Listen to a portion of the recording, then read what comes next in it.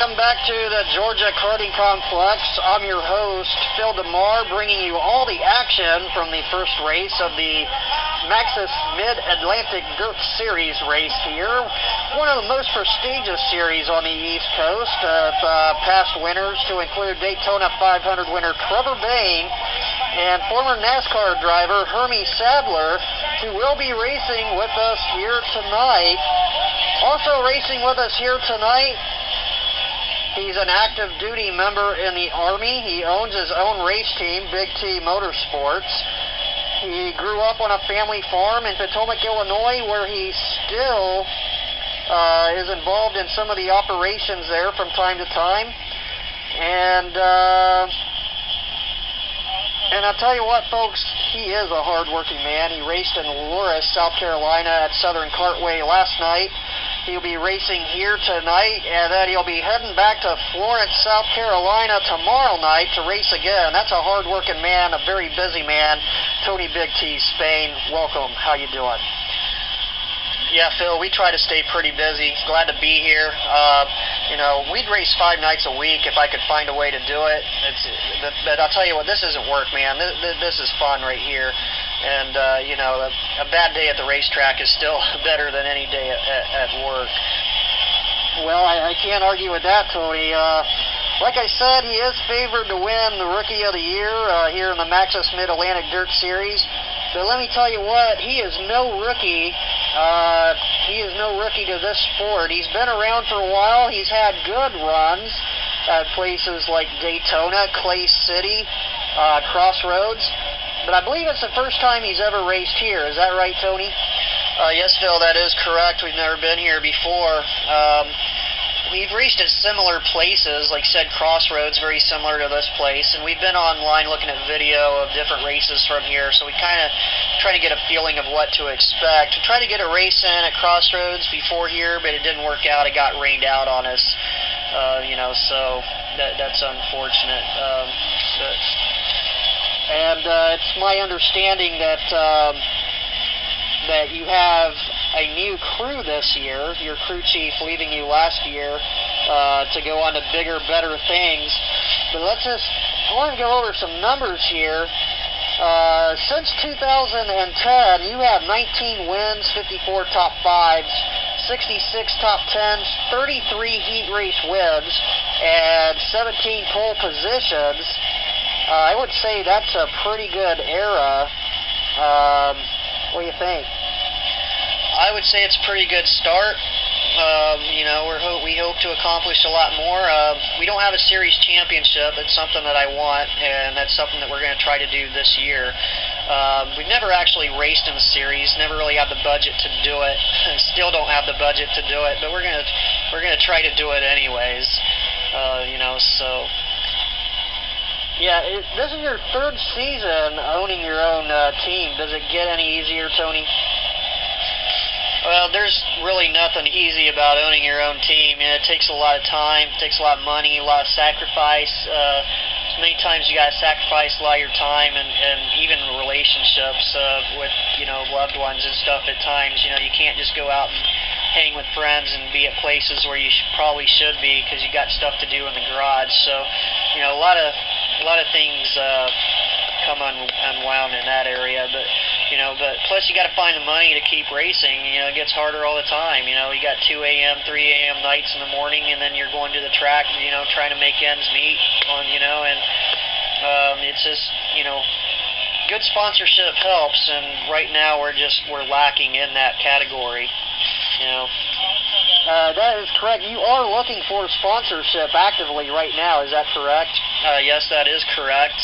Anyone interested in that can go to TonySpainRacing.com and find the information that you need to know there about how you can join our race team. Can you tell me what's your most memorable race?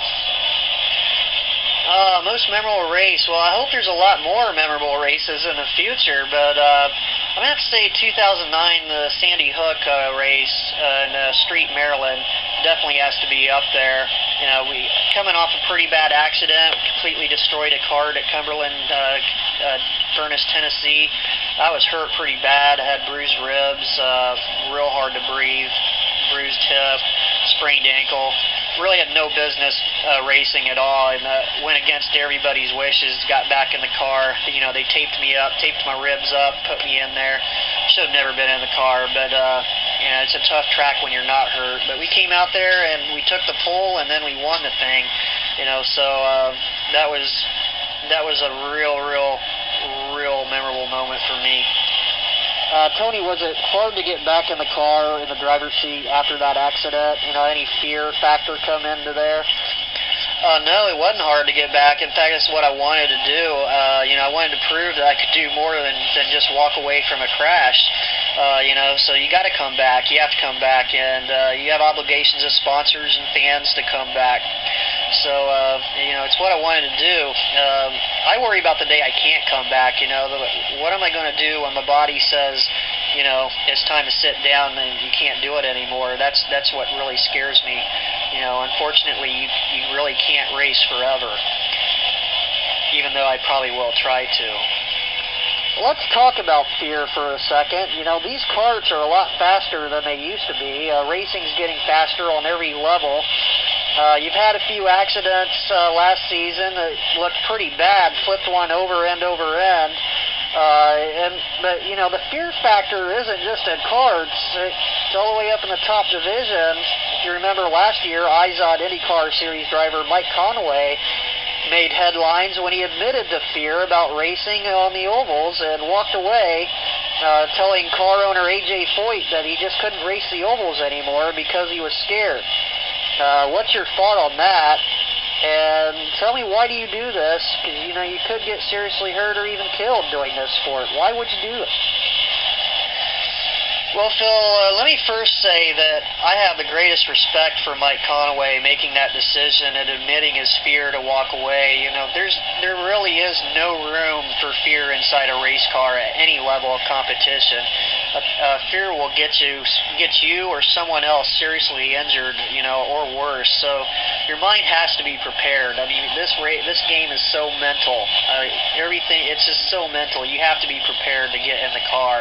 You got to stay calm. You know, you might be making split-second decisions at really high speeds under very stressful situations, sometimes very dangerous situations. So, you know, you just have to be prepared to get in the car and do that. So, you know, the average person who's wired right would never get in a race car or a racetrack because it's just dangerous, and most people wouldn't want to put themselves in that situation, you know.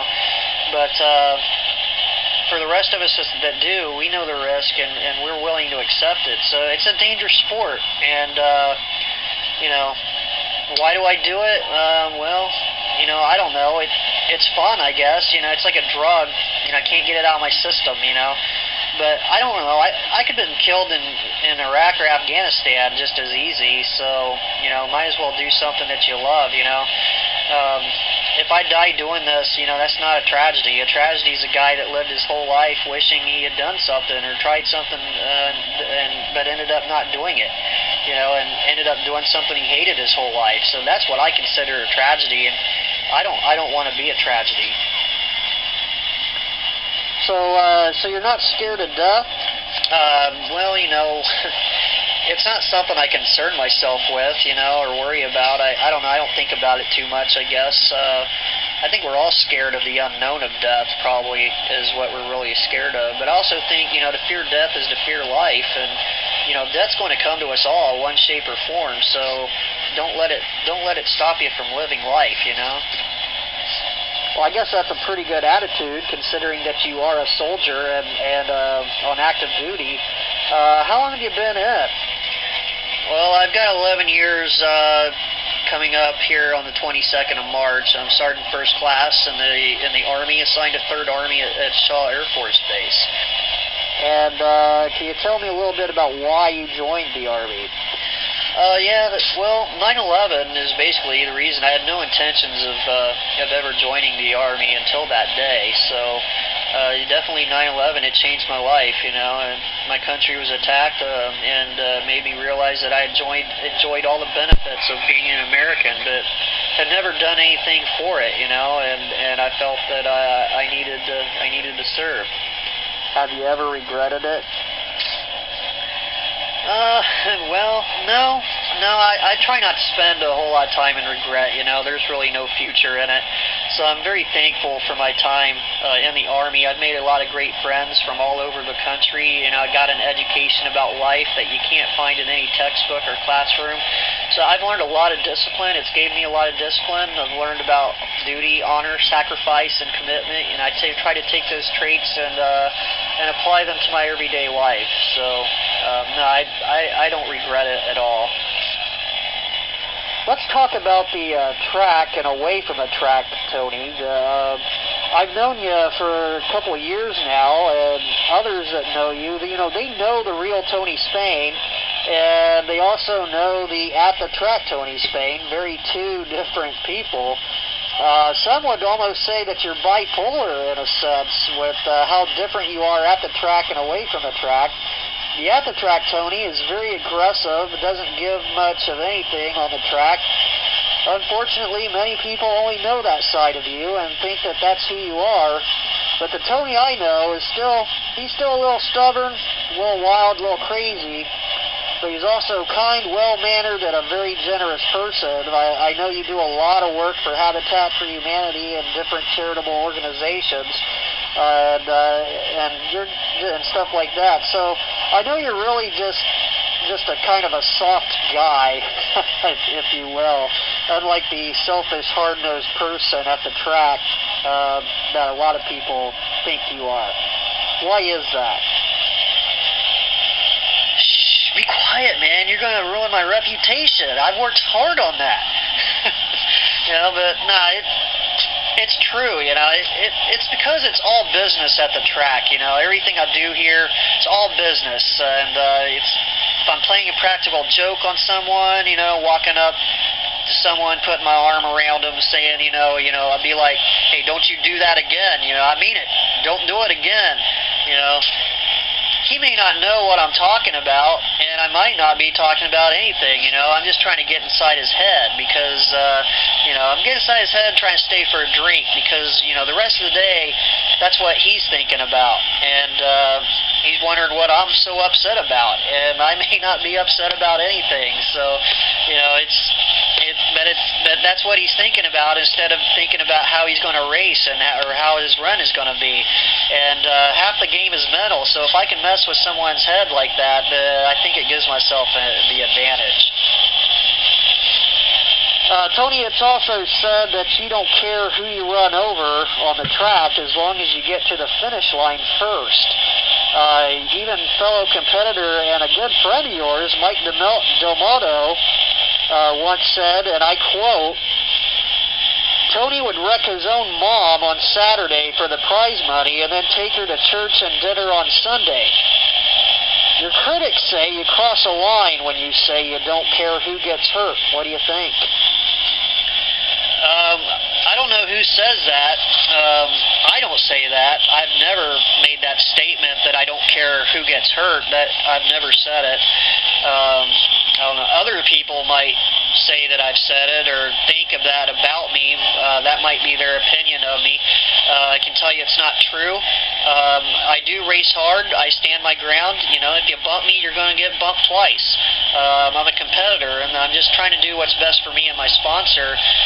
If that's what people want to think about me, that's fine with me, but I've never said that. I've never said I don't care who gets hurt. That's just not true.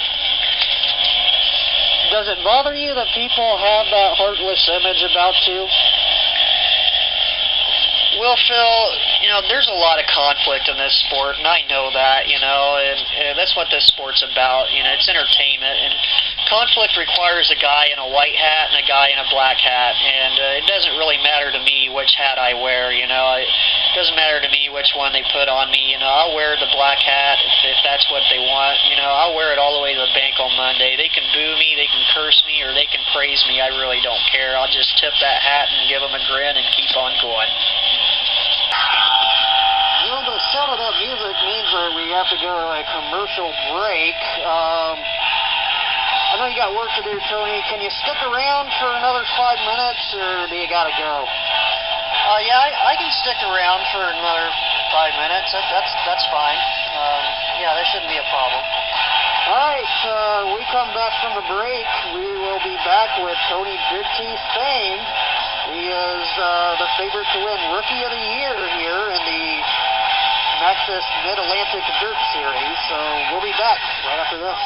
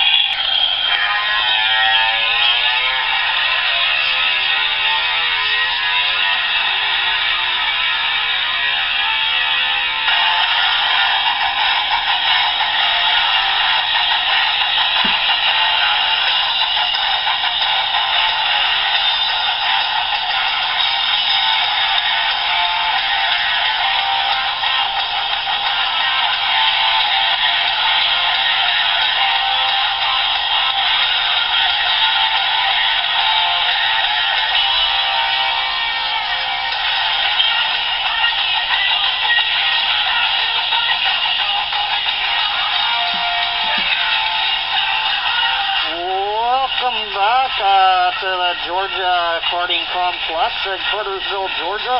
I'm Phil DeMar, and I am here with Tony Big T Spain. He's a favorite to win Rookie of the Year in the Maxxis Mid-Atlantic Dirt Series. And we've been talking to him here. Tony, I know you're busy. As you can hear, the karts are out on the track. Practice is underway. So I know you do have work to do, and you're going to have to get out of here pretty quickly here. But I'd like to do our last 10, which is just a series of 10 questions with you here, and then the word association game, if you have time. Yeah, absolutely. Let's go ahead and do this. So we'll get to it. All right, we'll go ahead and do that. We'll start with the last 10, like I said, just a series of 10 questions here that we're just going to fire off at you, and you just go ahead and answer them however you seem fit. All right, I'm ready. And in this sport, you find yourself racing a lot on holidays. Where is your favorite holiday race destination? Oh yeah, that's definitely going to be Christmas at Daytona Beach for Daytona Kart Week. Definitely the best holiday and some of the best racing. Most admired sports person? Yeah, that's growing up. I was always a huge Ozzie Smith fan. You gotta love the Wizard. What is your favorite cartoon character? Yeah, Speedy Gonzales, probably because he's fast. What is the perfect weekend away from racing?